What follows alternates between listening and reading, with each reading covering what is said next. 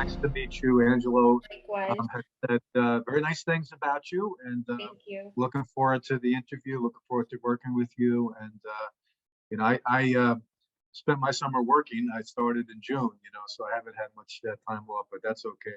As Angelo said, we're busy getting ready for you and your fellow students, and that's all good. Of course, of course. So my Pignatello is our new senior VP for university operations. So that includes very important areas, as you can imagine, like student affairs, facilities. So he's been really busy getting a lot of different university areas ready with precautions in place so that everyone can have as meaningful and engaging an experience as possible. So I thought he'd be a good person to introduce and get to know and ask questions of.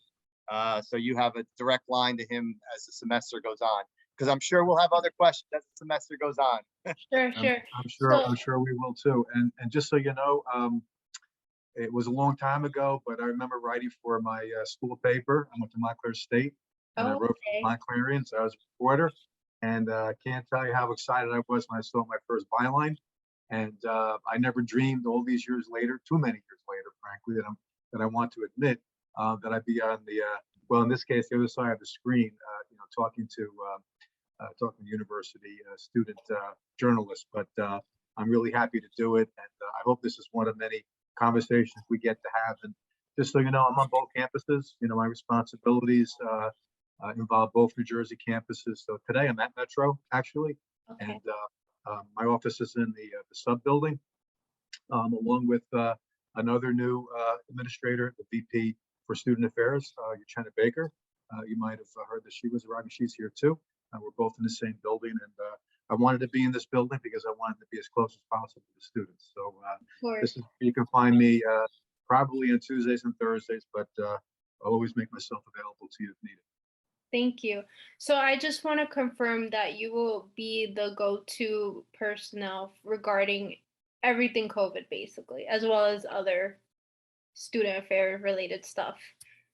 Sure. I mean, if there are areas where it might be appropriate to talk to others, we'll certainly make others available to you too. You can certainly start with me, and Student Affairs, Health Services does report to my office. So it's a good place to start for sure. Of course. All right. So I want to say I have about 8 or 9 questions. Some of them might overlap slightly, so it's okay. So my article is about basically everybody going back, the requirement to be vaccinated and wear a mask on campus and whatnot. But one of the major concerns, at least for me as a student, is those who are not. Of course, everybody has a choice, but what is the school doing about those who are unvaccinated, and like what requirements would a student and or faculty need to meet in order to be exempt? Right. So I think we want to just start at the beginning here, okay? And we talked a little bit about this, but the important thing here is that we're all excited, and everything that we're doing to protect the safety of the community is about being able to have a return to in-person classes, being able to have on-campus activities. And over the weekend we had welcome back ceremonies for incoming students at both campuses with families there. We had great turnout, and it's really terrific to be reconnecting with each other and to have students reconnecting with the campus. So very important. And of course, there's still, and over the summer, there was growing concern about the transmission and infection rates as a result of the Delta variant. So we had to continue to be vigilant and adapt and adopting policies along the way and make reasonable changes for our collective safety. And it's important to remember here that the administration, me, Angelo, nobody can do this on their own. It takes all of us, right? Faculty, staff, students, to take personal responsibility for their own safety and for the safety of everyone around them, so that we can, maintain a safe environment and have a more normal campus experience that everybody wants. And what we know about Delta, what we learned very quickly over the summer, is that it's it's much more contagious, and you can contract it whether you're vaccinated or not, and you can transmit it as well. So, starting late spring over the summer, staff who are largely working remote began to return to campus to get ready for you, as we said before. We have a health and safety steering committee. This is something that was in existence before that makes decisions. We have outside experts, public health and medical experts to help to advise us. And we have a number, I'm not even sure how many subcommittees, Angela, probably 8 or 9 different subcommittees that are part of this to look at different aspects of the pandemic, whether it's testing, residential life, so forth. And we continuously monitor what's going on, right?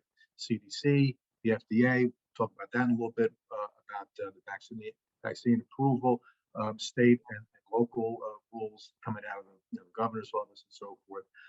And the entire state of New Jersey is in a high transmission area right now, and so responding to Delta has kept us all busy. So vaccinated or not, we're requiring that you wear a mask indoors, right?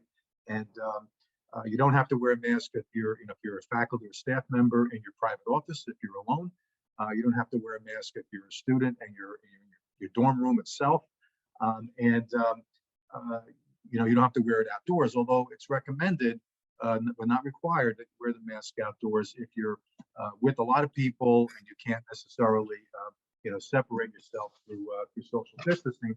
It's not a requirement, but it's advisable that you consider wearing a mask outdoors. So that's whether you're vaccinated or not. The vaccine mandate, and we were one of the first ones in New Jersey to do it back in April, and others followed. And I think by now, Angela, I think most of the schools in New Jersey have some form of the vaccine mandate, and others across the country are doing it too. And really, the vaccine, is so important to break the back of the virus, and that's why it's so important to break the back of infection, spread, transmission, and to stop the creation of other variants that are harder to control, like the Delta variant. The Delta variant came about because there were too many people who were not vaccinated across the country. And the Delta variant is a little bit tougher to manage than the original one, right? It's easier to get, it's easier to transmit. So there are variants, that could develop that are even more, dangerous than the Delta variant. And that's what we're trying to avoid right now. So your specific question was, what happens, how do we, deal with people who are not vaccinated, right? So some people legitimately have an exemption for religious or medical reasons, and they're not a lot, but they're about, Angela, 300 or so individuals that have an approved exemption. They applied for it and received it. Is that about right? It's close. We'd have to get the exact number, but it's about that number, right? We extended the mandate deadline for students to get the first shot for the first day of classes, which of course was yesterday, to get the second shot by September 20th. So, we understand, people need time to do that. People, have concerns. I think the FDA approval, is going to lead to a surge in compliance across the country. Many organizations, schools, universities, restaurants, you're seeing, concert venues now that are requiring a vaccine requirement. So, it's going to be harder and harder to live some kind of a normal life, without getting the vaccine. And now the FDA has given its official approval. And we knew that, we see a surge getting close to the beginning of the semester. And indeed, we saw that over the weekend. We've got, I think, very strong compliance numbers, especially with residential students and athletes. And commuter students, the numbers are getting better every day. So if you don't get vaccinated, and we're going to require that you be tested. That as a student, a commuter student, you're responsible for getting tested on a weekly basis. That's the requirement. And if you're positive, you're required to let us know. And you can't be on campus if you test positive. You will also be included in what we call what is known as surveillance testing. So that is, we're finalizing that hopefully today. One of the the many committees I mentioned to you will be meeting today to finalize a surveillance testing program, which is likely to include really everybody, whether you're vaccinated or not, because we know that just because you're vaccinated doesn't mean you can't contract the disease. I mean, you will not get sick. That's the value of the testing. Most people do not get seriously ill or have to be hospitalized, but you could have enough of a viral load, in your nasal and throat areas to transmit it to someone else. So it's important for us to monitor, and prevent outbreaks by conducting the surveillance testing. So everyone will be part of that, and unvaccinated individuals, whether your faculty, staff, or students, will have to weekly be tested to make sure that you don't have the infection. Okay, understood. My next question is for more related to the protocols that we all know are set in place, such as wearing a mask, social distancing, maintaining that cleanliness. Obviously, there are wipes everywhere, hand sanitizer everywhere. Right.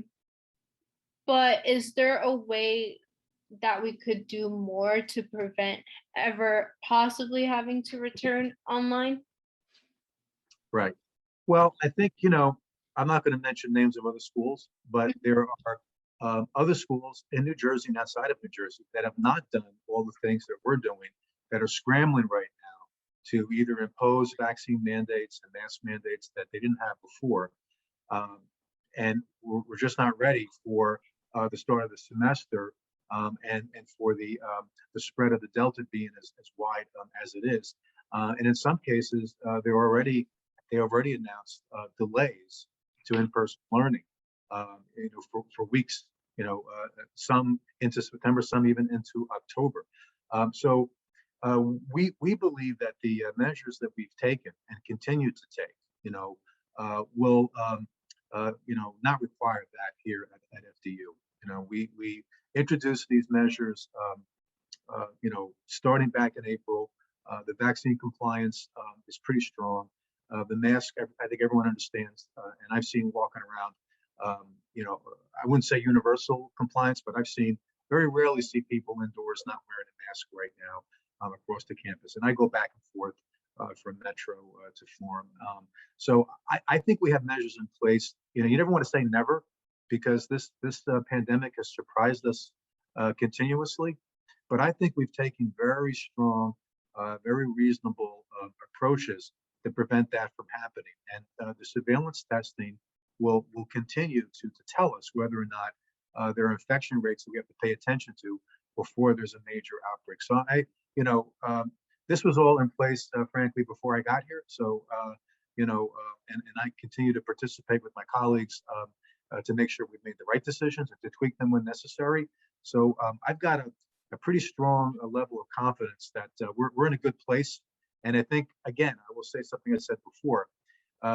We all need to be responsible here and to do the things that are in place. And we cannot and don't want to or have an interest in chasing people to put their masks on, or having to follow up on testing. If we all do our part, we will continue to be able to have a more normal experience that we all want this semester. Understood. My next question. I know obviously everyone can do their part to sanitize the spaces that are used in the common spaces. Right. But are there any additional cleaning processes that the school will do to, upkeep the sanitization? Yeah, I mean, I would say that we certainly are doing more than we would normally do in terms of making sure the surfaces are cleaned, bathrooms, common areas. There are protocols in place. The details are in the document that Angelo sent you a little bit this morning, if you want to delve a little deeper into that. But the facilities crews have certainly, all along, have gone over and above to make sure surfaces are clean, and hand sanitizers are available to everyone. I mean, it's still a good idea not to touch your face, at all, if you can help it, and to wash your hands thoroughly, often throughout the day. Use hand sanitizer. I mean, We have learned through the pandemic that it's less likely you can contract the disease from surfaces, but it's still a good idea to maintain good personal hygiene, and we are continuing to to clean surfaces more than we otherwise would normally do, for sure, and bathrooms as well. Great. And the last question, since we pretty much answered all of them indirectly, is there a specific cap on COVID cases or a threshold that must be met should we have to move online? Yeah, that's a really good question, and I think we are learning to live with a certain level of infection in society in general. Okay, I think with the surveillance testing we're doing, we're going to be able to assess and evaluate the positivity rate and to isolate those positive cases before they can transmit the virus to others. Whether it's in a classroom, for example, we have assigned seating in classes, right? So that means if there's a positive case in class, we have the ability to notify the students who are closest to that infected student so that they can take precautions and quarantine themselves and monitor their symptoms and so forth because they're known to have been exposed, and that helps to break the spread too. So I'm not going to put a number on it, because I'm not sure what the number would be, but I think the infection rate is going to be closely monitored here, and then when we see cases, if we have this robust surveillance testing, we're going to be able to isolate and to break the chain of infection. And we'll be doing this we do this on a daily basis. We'll have dashboards that which we had last year as well that will be transparent in terms of the number of positive cases that are out there. I will tell you that the surveillance testing has already begun. And last week, I don't have exact numbers, so don't quote me on these numbers, but we did a significant number of amount of tests rather, for residential students, even though they were required, to be cleared before they could move in. We started testing residential students and athletes, and we probably did over 300 tests between the two campuses. Again, don't quote that number, and they all came back negative. So that's very encouraging.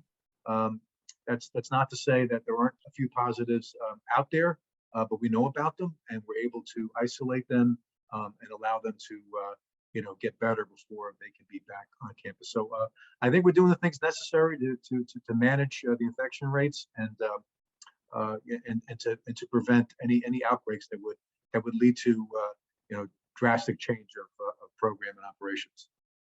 Okay. Of course. Thank you so much for your time. Have a nice day.